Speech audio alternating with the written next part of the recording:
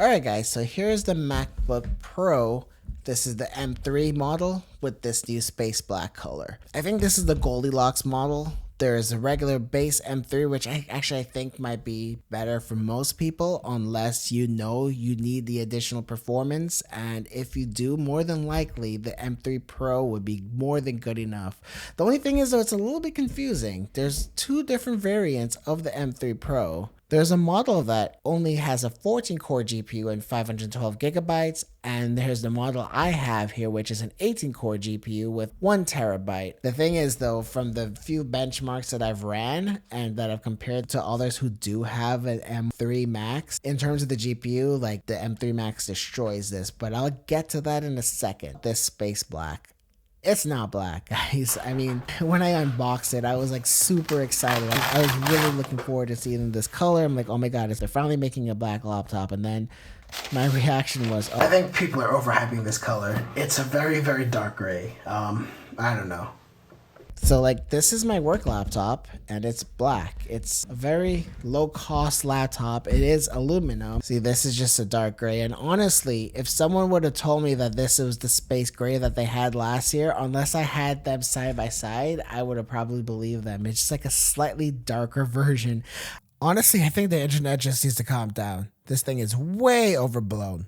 There's tons of black laptops, like my daily driver, which is the GT77, that's black. I have a Zephyrus Duo 16, that's also black. That does a really good job wicking away fingerprints. I mean, this does too, and that's kind of its main feature, this new anodization process that Apple's using. But you know what? I think because of this color, it's like a darker gray. This ends up being the color of what a very fingerprinty laptop looks like too. So maybe this color also helps hide the fingerprints along with the anodization coating, I guess. I don't know. Just like Apple to take a brand new color and make it the highlight of the event. Anyway, moving on. Let me start talking about some positives before everyone just thinks that I'm just hating on Apple. I want to talk about this display. Like, it is like fantastic. It is the best display I have probably ever seen. Better than OLED technology, better than any mini LED display I've seen. Yes, that includes the Razer Blade 16 and that Legion 9 that I recently had in. So even though those measure better in terms of the overall color gamut, and yeah, the colors do look super punchy and vibrant and amazing, what gives Apple the leg up is the tuning of their mini LED panel. The algorithm they use to determine when to dim the zones and brighten them is unlike anything I have ever seen. I mean, and you know what? And they better, because Apple invested $334 million in a factory in Taiwan to manufacture these mini LED panels. And I think they're the only ones who have access to this level of technology. So Apple is reportedly is using around like 2,400 local dimming zones on the 14-inch panel, while most gaming laptops or any other mini LED panel I've seen on the Windows side is only using anywhere between 500 and 1,000. So those dimming zones make a really, really big difference. And as you can see here, even when I do like this crazy blooming test, yes, you can see some blooming, but it's small. And I kind of set the camera to show it a little bit more than what my eyes were actually seeing. And the overall system just does a great job making the highlights look bright and the blacks look black, and the shadow details still end up being retained. So like even like gaming on this thing, everything kind of looks 3D. Like things just kind of want to pop out of the screen. I really hope we get something to this level on the Windows side. So, and even though on the Windows side we do have OLED screens, but because we have an unusual sub-pixel layout, things just don't look as sharp. Alright, but let's quickly go over the measurements. You're getting 100% sRGB, 99% DCI-P3, and 89% of Adobe RGB.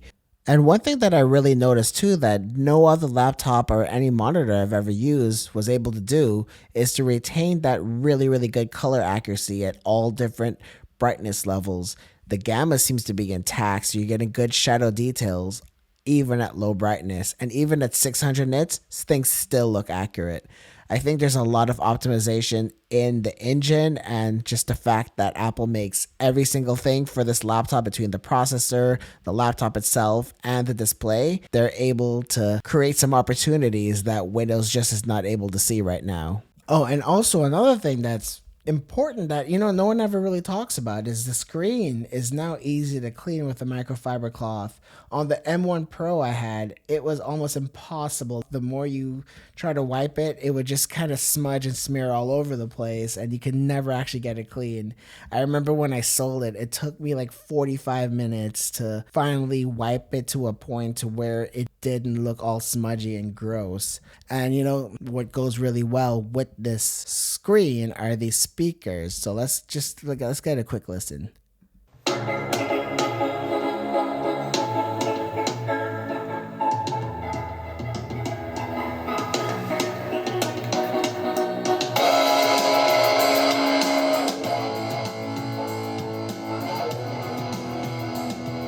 The only speakers I know of that sound close to this is the Razer Blade 18.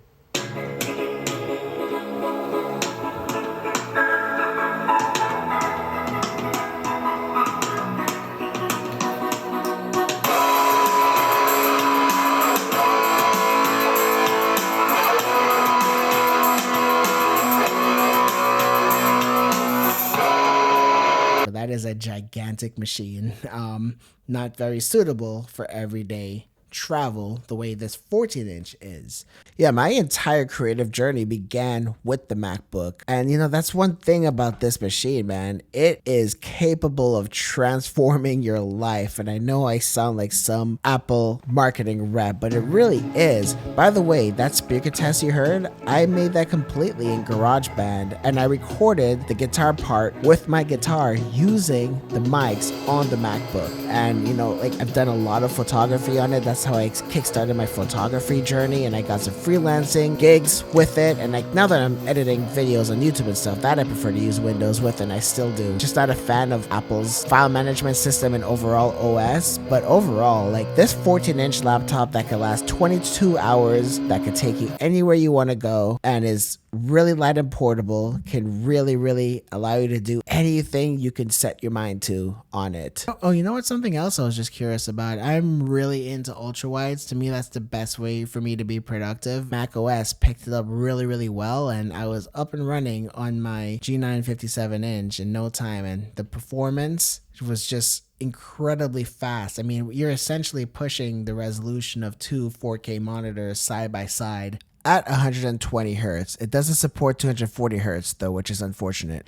And I had no problem even gaming at 4K, which let me get into that now. Resident Evil Village using Apple Silicon natively and using the Metal FX, which is their equivalent of their AI upscaling, kind of like DLSS or like AMD's Fidelity FX.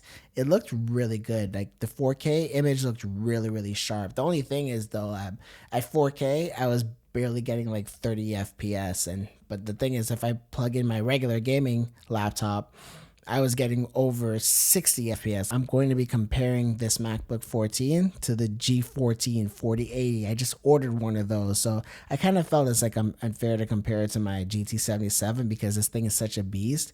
But I really want to run both of those laptops through its paces to see which one comes out on top. But based off of what I was able to run though, let's check that out. So when I was playing Baldur's Gate 3, I was getting way less FPS. I didn't turn on an FPS counter on the MacBook, but just running at my dual 4K monitor setup, I was probably getting like between 30 and 40 FPS.